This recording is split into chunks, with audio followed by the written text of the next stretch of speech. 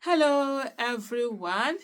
So this is what Tunde Ednut said. He said if there's no rigging in next election, Tinubu won't get 10% of votes.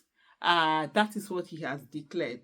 And this Paradise Facts is reporting it. He says popular Nigerian influencer Tunde Ednut has ignited a storm of political reactions on social media after stating that Bola Ahmed Tinubu would fail to secure even 10% of the vote in the 2027 general elections if the polls are free from electoral malpractice, electoral violence and all of that.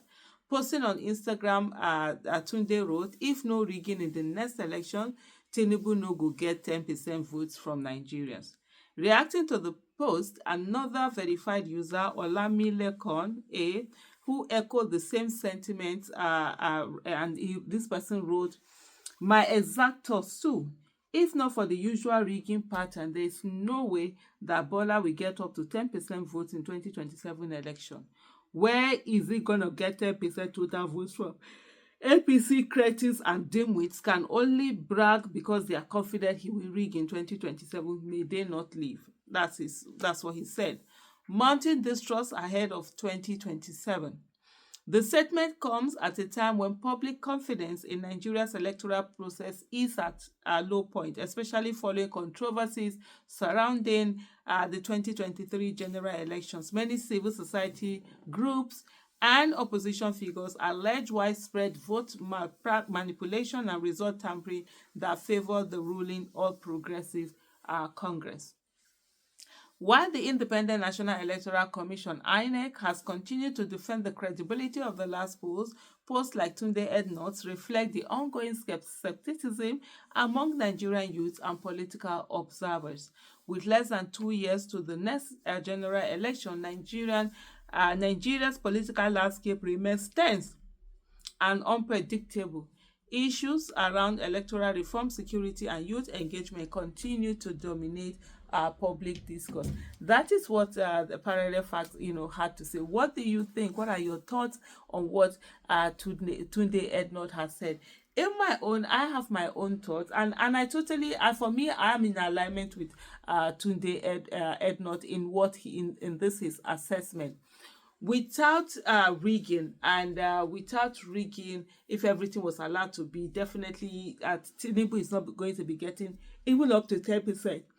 Then of course they are banking on rigging. They didn't win in the first place and they are banking on that. But the thing here is though, rigging can only work where citizens do not focus enough to say that it's not going to happen. And that's why over time I've been saying to people, INEC is not the problem. The people in INEC are the problem.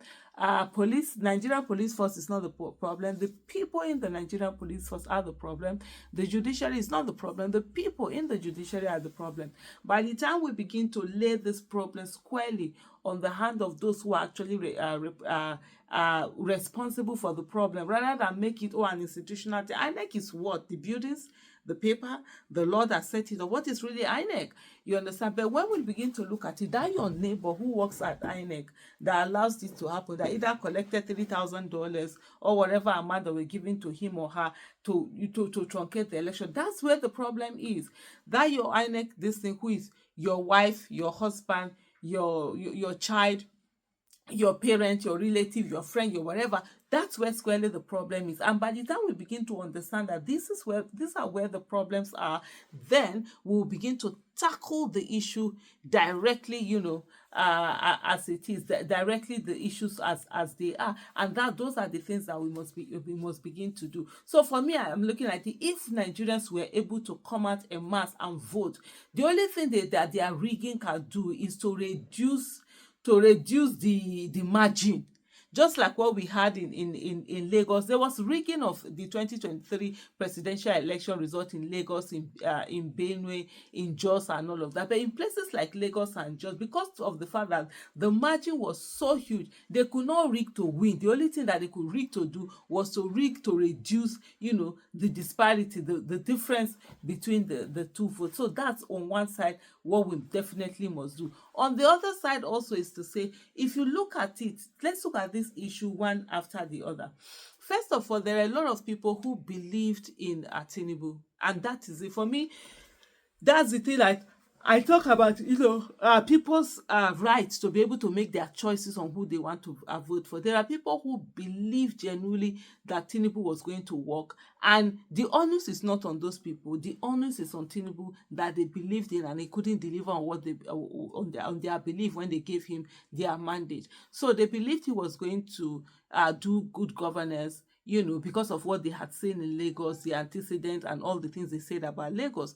And now that he came in, he hasn't done that. So now they have seen him in this position and he has failed woefully. A good number of them, there are some that are still going to vote for him irrespective, because for some it's about tribe, it's about where he's from. They don't care as long as it's a Yoruba man that is there. That's it. And there, in every tribe, there are people who are like that. There are some people that are going to vote for someone irrespective, as long as the person is from South, or the person is from Ednut, the person is Hausa, the person is Igbo, the person is Yoruba, whatever tribe. Those are their own sentiments. There are some who are going to vote based on the fact that the person is Muslim or Christian, or some people vote on the lines of religion. That's their own, sentiment. But he's going to lose quite a number of people who had voted for him before, because they truly believe that he was going to do something when he hasn't done. That's one. Remember also, from the Southwest, there are people who have been tired of this vice-like grip that Tinubu has over not just Lagos, but a lot of states around the Southwest. And that's why for some of them, they did rebel. They did not vote in that 2023 election, but of course the rigging and everything happened. You're going to see more of that. Those numbers are increasing. Then I think there's one thing that many people are not looking here, are not paying close attention to. For me, I feel as we go on, it can play a huge role, and that is on the Obasa whole saga. The Obasa, when Obasa was removed, and then Tinubu made forced people to put him back on, even when they didn't want to put him back on. That is a political alienation that I feel there are some who feel they have been embarrassed, disgraced, whatever, and they probably are going to pay back. You're going to have some of those people from that angle. So even within the Lagos, there's this, what do they call them? This APC governing body. Is it Governing Advisory Council, GAC, or something like that? Those ones, from amongst them, there are going to have some who are going to bear grudges. So these grudges can come in useful to an opponent to Tinubu, and some of them can do this thing. There is also something that Tinubu has also done, which is to alienate all the people that helped to bring him to power, just the way that Buhari did in late Buhari. You see, life is so, I mean, it's so fleeting. It's now late Buhari. Yesterday he was alive. Early hours of yesterday he was alive. Today he's now late. And so what former president late Muhammad Buhari had done was that he ignored all those people that brought him into power until 2018, when he went back to go and look for them. Even the Tinubu dust him out and whatever. But what Tinubu did not realize is that, unlike Muhammadu Buhari, who had certain votes locked down, those 12 million they always talked about, or whatever, locked down, he doesn't have any vote locked down. And so he, following that pattern of now just treating the people who brought him in anyhow, has actually led to him, sort of like now having this, almost like what do they call this, the unforced error, now having people who are angry with him and who are ready to pay back. And you see the likes of Nasiru El-Rufai, and the way Nasiru El-Rufai was treated by Tinubu and his administration, awful, and that's him creating enmity where he shouldn't have.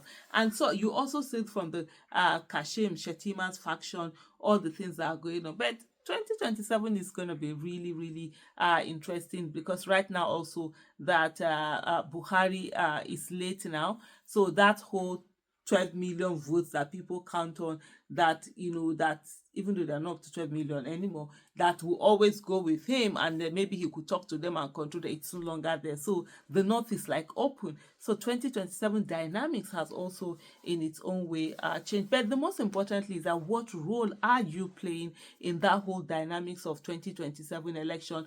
Are you going to pull yourself and be part of the decision makers, or are you going to stay by the side and be the one to say what is it that will not work, rather than putting in what should work and make things work in the way that you want them? So ladies and gentlemen, the ball is in our court with what we do to it. You see all these leaders that have been destroying Nigeria, they don't have two heads. So those who want Nigeria to work, they should also use their one head. Thank you. Bye.